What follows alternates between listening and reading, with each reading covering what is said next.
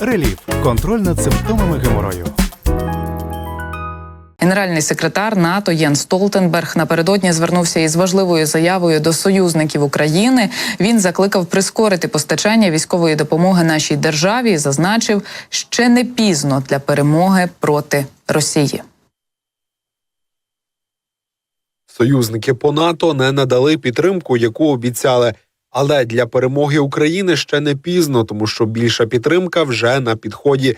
Тепер наш обов'язок – перетворити ці зобов'язання на реальні поставки зброї та боєприпасів і зробити це швидко. Генсек наголосив, що Конгрес США нещодавно все ж таки схвалив додаткове фінансування для допомоги Україні, а інші члени НАТО, серед яких Британія, Німеччина та Нідерланди, оголосили нові пакети допомоги. Про це Єнс Столтенберг говорив під час виступу на Заході у Берліні 25 квітня. Я ж нагадаю, президент США Джо Байден 24 числа підписав ухвалений Конгресом пакет, що передбачає, зокрема, виділення понад 60 мільярдів доларів додаткової військової та економічної допомоги Україні, а також допомогу іншим американським союзникам.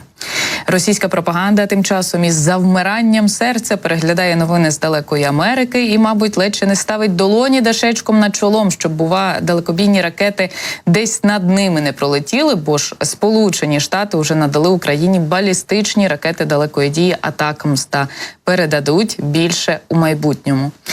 У Сполучених Штатах Америки сподіваються, що ця цікава і неабияк потрібна частина нових пакетів допомоги зможе змінити ситуацію на полі бою.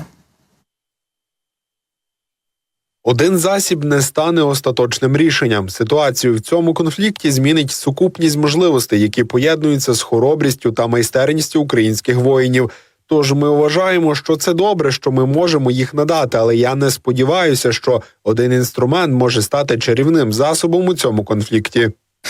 Шлях попереду буде непростим. Росія збирається продовжувати проривати українську оборону, але з часом, як ми розраховуємо, становище України у цьому конфлікті покращиться. І ми віримо, що Україна може перемогти і переможе, додав також радник Білого дому з питань нацбезпеки Джейк Саліван.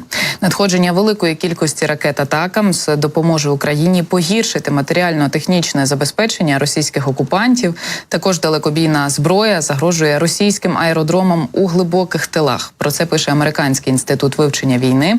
За словами тамтешніх аналітиків, прибуття ракет великої дальності також може становити значну загрозу для російських складів боєприпасів у тилових районах і може змусити кремлівське командування обирати між укріпленням чинних складів і подальшим роззосередженням складів по всій тимчасово окупованій території України.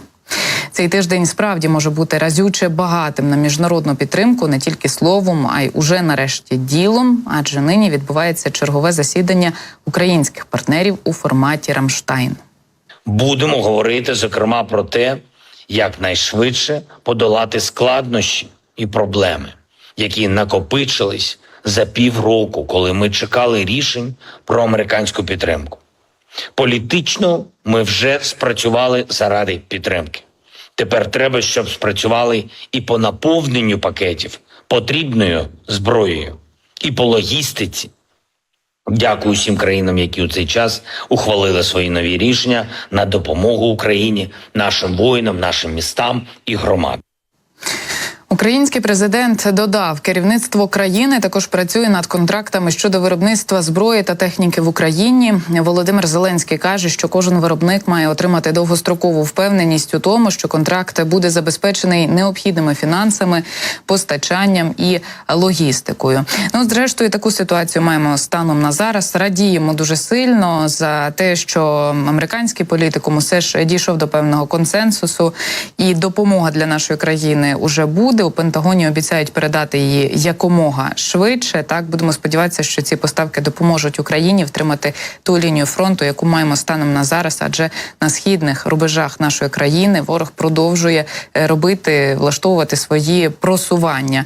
Ну і, власне кажучи, і американські чиновники, і український президент говорять про те, що росіяни направду скористалися ось цією перервою в допомозі для України від інших країн і намагалися отримати собі територіальні здобутки. здобутки. А ми з вами давайте собі нагадаємо, що на носі у нас 9 травня, це День Побєдобєсія для Російської Федерації. Ну і звісно, що для того, аби говорити про так звану СВО, насправді російсько-українську війну, і не впасти лицем в багнюку, так би мовити, російському президенту і диктатору потрібні якісь так звані перемоги на фронті.